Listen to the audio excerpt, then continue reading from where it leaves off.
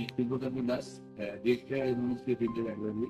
আজকে আমাদের সাথে আছেন আমাদের doctor Sumit Kumar, special guest, এবং আমরা আজকে স্যারের কাছে এসেছি কিছু লাইব্রেরিজ আমাদের যে প্রিন্টার লাইব্রেরি সার্ভিস রিলেটেড কিছু ফিডব্যাক আমরা স্যারের কাছ থেকে নেবো।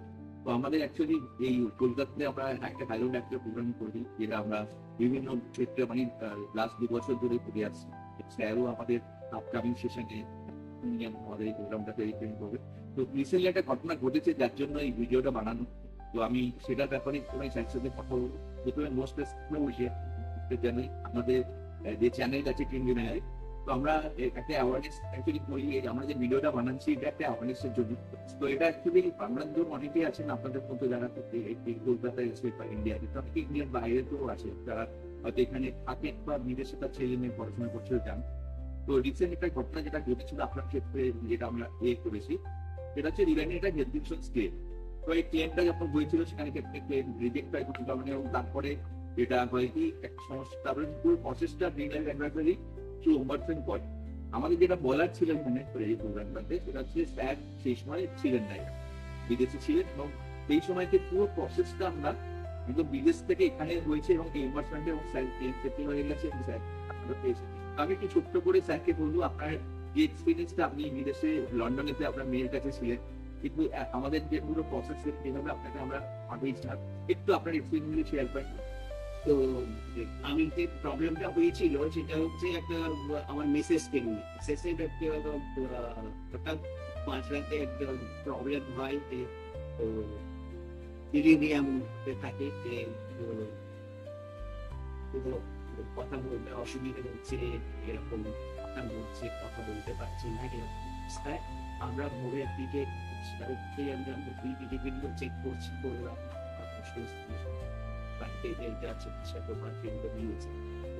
কিছু রেসপন্ড করছে না, কথাবার্তা বলুন, এবং সে রাত্রে যাবে সেগুলো দেখবেন, কিন্তু তাতে কিছু রেসপন্ড করবে। তখন আমাকে ওরা বললে যে হসপিটালে নিয়ে ইউনিভার্সিটি নিয়ে চলে আসবে। তা আমি যখন বলবার আমার বিশেষ করে হাসপাতালে পৌঁছলাম ইমার্জেন্সি। ইমার্জেন্সিতে ওরা সব তখন টেস্ট করছে, করে যেটা পাওয়া সেটা হচ্ছে অ্যাসিডোসিস পাওয়া গেছে। হ্যাঁ, তো সেই অ্যাসিডোসিস পাওয়া গেল, এবং তার থেকে দিলে দেওয়া হচ্ছে, এবং এটা তারপরে ডায়াগনোসিস করলো যে এটা ব্রাউন কালচার নেগেটিভ ইউটিআই। সাধারণভাবে বোঝানো খুব ডিফিকাল্ট। সবাই জানে যে এর সাথে ইনফেকশন গুলো পার্সেন্ট বেশি থাকবে, সেটা কালচারে কিছু রোধ পাওয়া যাবে, তখন সেটা নিতে, কিন্তু না, সবসময় সেটা হয় না। কালচার নেগেটিভ ইনফেকশন হতে পারে, বাট ইউটিআই হয়। সেটাকে এই ক্ষেত্রে তাই হয়েছিল, এবং যার ফলে সাধারণ কেউ বুঝতে পারছেন প্রবলেম। এবার অ্যান্টিবায়োটিক স্টার্ট হলো, তারপরে অ্যাসিডোসিসটা কানেক্ট হয়ে গেল, হ্যাঁ দেখলাম, এবং উইদিন 4-5 days অ্যাবসলিউটলি নর্মাল, তারপরে তাকে ডিসচার্জ করে। এবার আমি এরকম করে দিয়েছিলাম, শুধু ওনাকে সাহায্য করেছিলেন সাংবাদিক, তারপরে দেখি রিজেক্ট হয়ে ঠিক আছে। তখন ওদের কজ হিসেবে দেখালো যে এই চিকিৎসাটা নাকি আউটডোর বেসিসে করে। হ্যাঁ, আমি ইচ্ছে করে ইনভেস্টিগেশনের জন্য আমি ঠিক আছে। আমি তখন বললাম যে একটু তো আমার যিনি ডাক্তার ছিলেন উনি নাম করেন মানে ইন্টেন্সিভিস্ট, তো উনি ভীষণ পছন্দ করলেন যে এটা কিরকম হলো। তখন উনি সঙ্গে সঙ্গে ওখান থেকে আর একটা চিঠি দিলেন যে এই ফাইন্ডিংস আছে, এই ফাইন্ডিংস আমি তার পেপার্স গুলো সাবমিট করছি, স্টিল আপনারা রিভিউ করে দেখবেন। তখন রিভিউ করে আবার সেম রিজেক্ট, ঠিক আছে রিজেক্ট আবার হলো। তখন শুক্রবাবু আমাকে বললেন যে আমরা ওমবুডসম্যানকে কমপ্লেন একটা লজ করি, ঠিক আছে লজ হলো। তারপরে যখন হিয়ারিং, সেই সময় রিসেন্টলি আমার বিদেশে ছিলাম, লন্ডনে ছিলাম, আর টাইম গ্যাপ হয় সেটাও একটা এবার সেই জিনিসটা যে অন্য কেউ রিপ্রেজেন্ট করবে সেটাও ওখানে করে অ্যাকসেপ্ট করে। এবার আমার অপোজিশনের যে লোকের ডাক্তার দিয়েছিল তারা আর যিনি যাচ্ছিলেন বলল, তো আমি ওখানকার সেই সেমিনারিতে ফার্স্ট নাম্বার ওখান থেকে আমি উঠে অনলাইন দিয়ে অ্যাপিয়ার করি। অ্যাপিয়ার নিয়ে ওদেরকে আমি বললাম যে আমাকে জিজ্ঞেস করি যে কি হয়েছিল ঘটনা বলতে। আমি তখন বললাম যে দেখুন এই ডিলেরিয়াম ব্যাপারটা হয়েছিল, ডিলেরিয়াম মানে যেহেতু মানে সে ঠিক মতো ওরিয়েন্টেড না, কথা বলতে পারছে না, যেরকম হয় অজ্ঞানের মতো অজ্ঞান গুলো তো সে একদম সে রেসপন্ডই করছে না, কিন্তু এখানে তা নয়, কিন্তু সে কথা বলতে পারছে না ঠিক করে এইরকম তো সেটা বললাম যে বাকি রিপোর্টের তো পেপার তো ওদের কাছে ছিল, সব করে দিয়েছিলেন। তো আমি তখন বললাম দেখবো যে এখানে যে ব্লাড গ্যাস অ্যানালিসিস রয়েছে এইখানে সেখানে কিন্তু ক্লিয়ারলি শো করছে যে ওটা রেসপিরেটরি মানে মেটাবলিক অ্যাসিডোসিস হয়েছে, তো মেটাবলিক অ্যাসিডোসিস হয়েছে এবং সে তার জন্যই এটা হয়েছে। এবং তারপরে অ্যান্টিবায়োটিক্স আমাদের ইনজেক্টেবল অপরের পার্টি তখন ক্রস করছিল, ইঞ্জেকশন অ্যান্টিবায়োটিক দেওয়া হয়নি, ইঞ্জেকশন অ্যান্টিবায়োটিক্স ইউজ করা হয়েছে। আপনি দেখুন ভোরবেলা 5টার সময় বা 4টের সময় কেউ তার মিসেসকে নিয়ে হসপিটালে যায় না ইনভেস্টিগেশন করেন, এটাও একটা অ্যাবসার্ড কথা আপনারা বলছেন। এইখানে যখন অ্যাসিডোসিস রয়েছে না, নামের পার্সেল নেই, তার মধ্যে সবসময় পার্সেল থাকে না।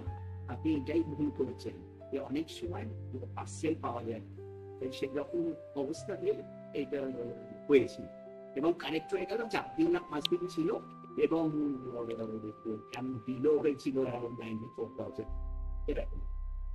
তো সেটা বড় কথা না, বড় কথা হচ্ছে যে রিজেক্ট করা must be strong enough to stand.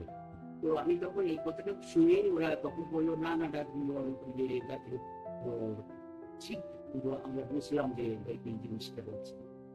উনি যেটা বলছেন পেপার্স তো বলছে যে ইঞ্জেকশন তো অথচ অপোনেন্ট পার্টি বলছে ইঞ্জেকশন দেওয়াই নয়। তারপরে এবার সব পেশেন্টকে কি আর ভেন্টিলেটরে রাখতে হয়, সব পেশেন্টকে আইসিইউতে রাখতে হয়? নিশ্চয়ই না, নিশ্চয়ই। তো এই কথা বলে আমার তো কাজটা মানে শেষ হওয়ার পরে আমি কিছুদিন পরে মনে হয় 2-4 দিন পরেই 2-4 দিন মধ্যেই আমি রিপ্লাই পেয়ে গেলাম যে সেটেল হয়ে গেছে, আমাকে 1 মান্থ পে করতে হবে, আদারওয়াইজ ইন্টারেস্ট দিতে হবে বলে আপনি কম করে দিল এবং উইদিন 2 উইকসই টাকা পেয়ে গেছে।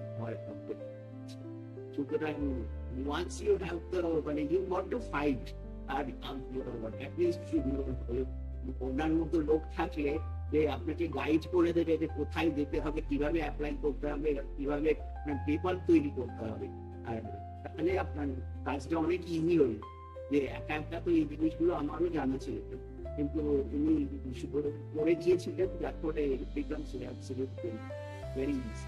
এবং যেটা মেন জানা যে এই এক্সপিরিয়েন্সটি আমাদের এখানে যখন কেউ থাকছে ইন্ডিয়াতে স্পেন্ড করছে কলকাতা থাকলে ফিজিক্যালি চলে যাবে, তো সেটা তো ম্যাক্সিমাম ক্ষেত্রে ঘটে। কিন্তু আপনি বলেছিলেন যে আমি থাকবো না, কিন্তু কোনোভাবে আমার ইয়ারিং ডেটটাকে ফিক্স করতে পারিনি, কিন্তু যে এই যে পুরো অনলাইন অ্যারেঞ্জমেন্ট করে পুরো ব্যাপারটা হয়ে গেল, এটা আপনার কেমন লেগেছে? এটা খুব মানে এক্সেলেন্ট এক্সপিরিয়েন্স মানে। এবং আমার মেয়ে ওখানে আমার জামাই হচ্ছে ব্রিটিশ, ঠিক আছে, তাহলে তারাও খুব বেশি মানে অ্যাপ্রিসিয়েট করবো যে মানে এত ভালো কাজ হয়, হ্যাঁ এত ভালো কাজ ইন্ডিয়াতেও হয়, তাহলে যে অ্যাপ্রিসিয়েটেড থ্যাংক ইউ স্যার আপনার মূল্যবান সময় দেওয়ার জন্য। এবং ভবিষ্যতে আমাদের প্রোগ্রাম আমরা ভালো ডাক্তারে দেখবো। আপনার এই ভ্যালুয়েবল ফিডব্যাক আমাদের খুব কাজে লাগবে, অনেকেরই কাজে লাগবে যারা আপনারা ভিডিওটা দেখছেন। অর্থাৎ এরকম ধরনের কোনো কিছু বিষয় থাকলে আপনারা যারা ভিডিওটা দেখছেন আমাদের চ্যাট বক্সে লিখে দিতে পারেন এবং আমাদের কোয়ারি করতে পারেন। আমাদের যে সাপোর্ট টিম আছে তাদেরকে হেল্পলাইনও আমাদের ওখানে পেয়ে যাবেন আমাদের ইউটিউব চ্যানেলে। তাদের সাথে যোগাযোগ করতে পারেন। আপনারও যদি এই ধরনের কোনো সমস্যা থাকে আমরা আপনাদেরকে এই পাশে দাঁড়াবো।